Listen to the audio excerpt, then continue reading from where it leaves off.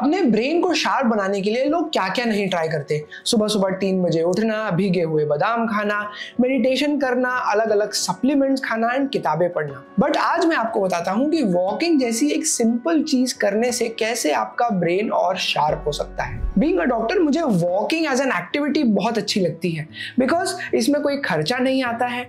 हर किस्म का व्यक्ति कर सकता है, चाहे आपकी जो भी एज हो, जो भी आपकी फिटनेस लेवल हो। अलग से कोई सीखने की, कोई क्लासेस ज्वाइन करने की जरूरत नहीं है एंड इसके फायदे अनगिनत हैं।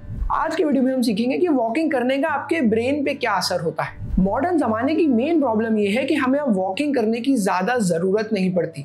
हर चीज घर बैठे आपके पास उपलब्ध हो सकती है। कॉलेज के दिनों में मैं फेमस हुआ करता था किताब लेके चलते रहने के लिए, बट वही पढ़ाई अगर मुझे आज लैपटॉप या मोबाइल फोन पे बैठ के करनी पड़ती तो शायद मैं डॉक्टर नहीं बन पाता। Steve jobs, Charles Darwin, Albert Einstein जैसे फेमस एंड स्मार्ट लोगों ने पूरी जिंदगी अपनी वॉकिंग की आदत नहीं छोड़ी। गांधी जी की दांडी मार्च को हम कैसे भूल सकते हैं। वॉकिंग बाहर से देखने में तो बड़ी सिंपल एक्टिविटी लगती है, बट आपके ब्रेन के लिए ये एक बहुत ही कॉम्प्लेक्स एक्टिविटी होती है जिसमें आपका पूरा ब्रेन इन्वॉल्व हो जाता है। जब हम चलते हैं तो हमारे ब्रेन की तरफ जाने वाला ब्लड सर्कुलेशन अप टू 20% बढ़ जाता है। जैसे ही हमारे ब्रेन को ज्यादा ऑक्सीजन मिलने लगता है, उसकी चीजों को याद करने की, एनालाइज करने की, नए नए आइडियाज देने की कैपेसिटी भी बढ़ जाती है। इसको मेडिकल टर्म्स में हम न्यूरोप्लास्टिसिटी कहते हैं। हमारे ब्रेन में जो सामने का पार्ट होता है उसको कहते हैं प्री फ्रंटल कॉर्टेक्स। एक स्टडी ने यह पता किया कि यहाँ पे एक्टिविटी लगभग 60% तक बढ़ जाती है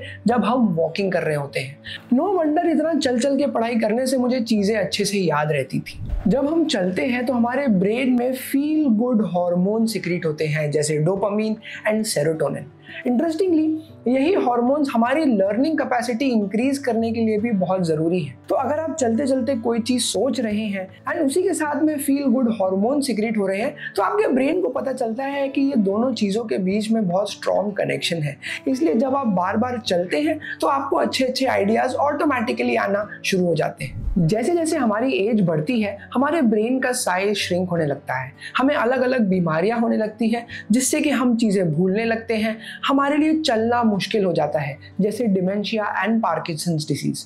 बट एक रिसर्च ने यह पता किया कि जो लोग रेगुलरली वॉकिंग करते हैं या किसी भी किस्म की एरोबिक एक्सरसाइज करते हैं, जिसका वॉकिंग एक बहुत अच्छा एग्जाम्पल है, उनका हिप्पोकैम्पस जो एक ब्रेन का एरिया है, ये सारी चीजों को कंट्रोल करने के लिए उसका साइज बढ़ जाता है। यानी कि रेगुलर वॉकिंग करने से एज रिलेटेड ब्रेन में होने वाले चेंजेस को भी हम रिवर्स कर सकते हैं। अगर आपके मन में धीरे से कहीं आवाज आ रही है कि मैं भी कल से सुबह उठ के वॉकिंग जाऊंगा, तो मेरे पास आपके लिए कुछ टिप्स हैं। सबसे पहली चीज, वॉकिंग करना उतना डिफिकल्ट नहीं है, रेगुलर वॉकिंग करने के लिए समय निकालना बहुत डिफिकल्ट है। तो आप शुरू कीजिए दिन में एक फिक्स 10 मिनट का समय निकालने से, एंड अगर आपको अच्छा लगे तो आप धीरे धीरे 10 को 20, 20 को 30 मिनट तक बढ़ा सकते हैं।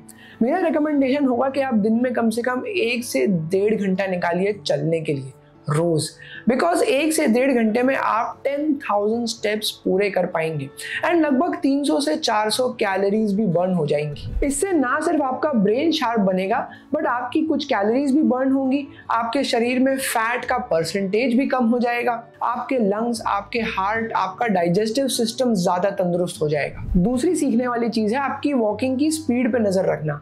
आपकी स्पीड होनी चाहिए लगभग 3 to 4 किलोमीटर इन 1 आवर, यानी कि 15 मिनट में अगर आप 1 किलोमीटर कवर कर लिए तो आप सही स्पीड पे हैं। इससे स्लो चलने का कोई फायदा नहीं है एंड इससे फास्ट चलने का भी कोई फायदा नहीं। वॉकिंग के साथ एक समस्या ये है कि हर एक के पास इतनी जगह नहीं होती जहां पे वो वॉकिंग कर पाए।